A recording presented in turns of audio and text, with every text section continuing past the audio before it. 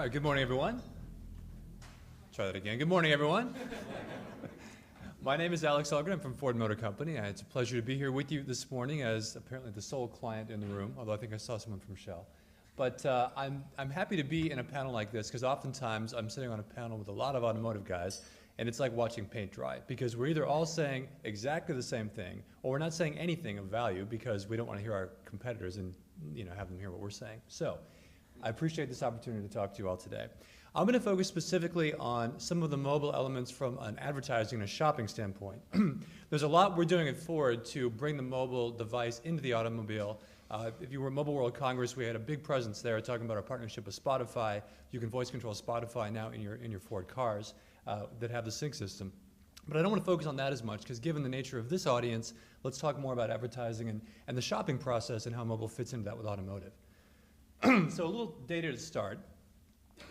A third of in-market auto shoppers are using their mobile phone to shop for a vehicle. Now, not exclusively the mobile phone, but it is an integral part of the shopping process.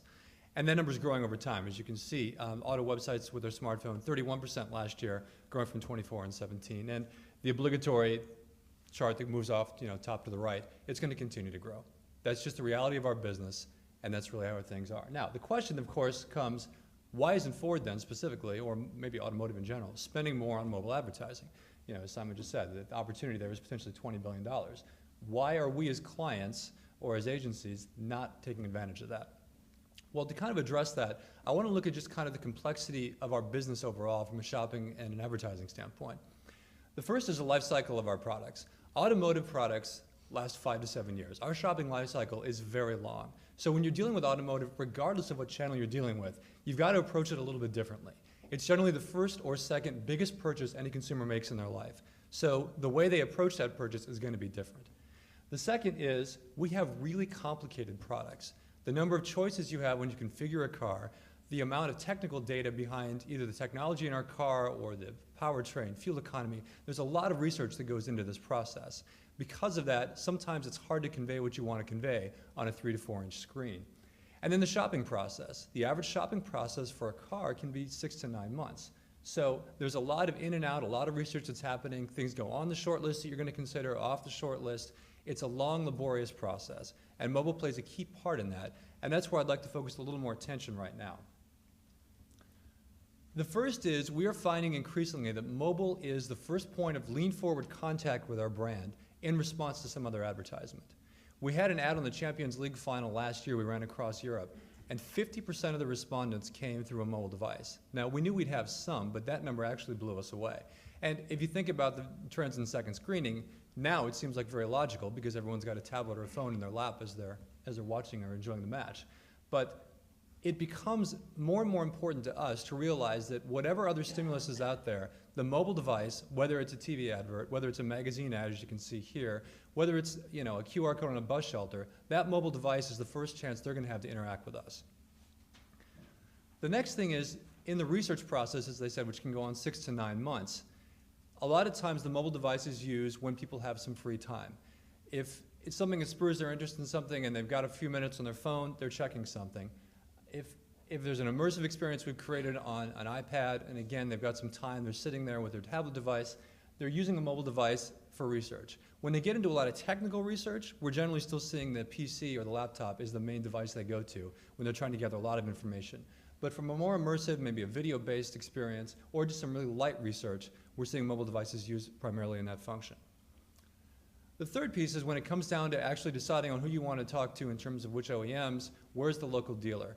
And this is an area where we're seeing a lot more opportunity as well. So using location devices, using the GPS devices within the phones, or just typing in your postal code, you can quickly find on a mobile app where the local dealer is and set up an appointment.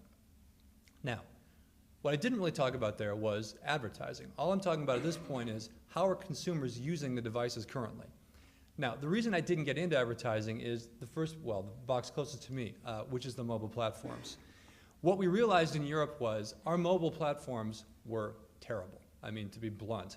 The mobile experience you had going to the Ford mobile site was awful. So before we invested a dime in mobile advertising, if I'm going to dump a consumer from a great immersive mobile experience of an ad into a very bad experience from a platform, from a mobile web design, I could probably do more harm than good. So until we got our platforms in line, it didn't make a lot of sense to invest in mobile advertising. The second thing is how screens are being used. And I say this because some of the initial things we've seen, the tablet and the phone solution we were being presented with were the same thing. And as we're finding in our research, those devices are used very differently in the shopping process. I think where it gets really interesting is as data becomes more a part of this and you see multi-screen technology sharing across devices at the same time. So while the TV is playing and our product is featured, if they've got the right meta tags in a smart TV, or just we know from a time and day when the ads are running, someone's on their mobile device, we can give them a complimentary ad. So it's a tied-in experience. As that technology develops, I think you'll see a lot more interest from automotive and other big advertisers in the opportunities that are there. And finally, the solutions that are being presented right now are great from a mobile standpoint, but they don't quite fit into our business model. And the example I'll use is either the retail or location-based things. For example, if I'm walking by Starbucks now, I've got the Starbucks mobile app on my phone, or I get an SMS message, hey, come in now for a 99p latte, I'm probably more likely to take advantage of that. From an automotive standpoint, though, no one's going to be driving by a Ford dealership and say, you know, honey, I know we just bought a new Audi, but look, 500 pounds off the Focus, let's get a new car. It's just not going to happen. So when you think about how these devices are used and the ubiquity of them and the fact that people do have them with them all the time, when you're looking at retail solutions, I get it. Makes a lot of sense. When you're looking at location-based advertising opportunities, again, makes complete sense. For automotive and the nature of our business, though, I don't think we found quite the right solutions yet because those aren't the right solutions for my brand and my business. I think it's the multi-screen opportunities where things will really start to get interesting. And that's some of the conversation I guess I would challenge you with and like to have today. Okay, thanks.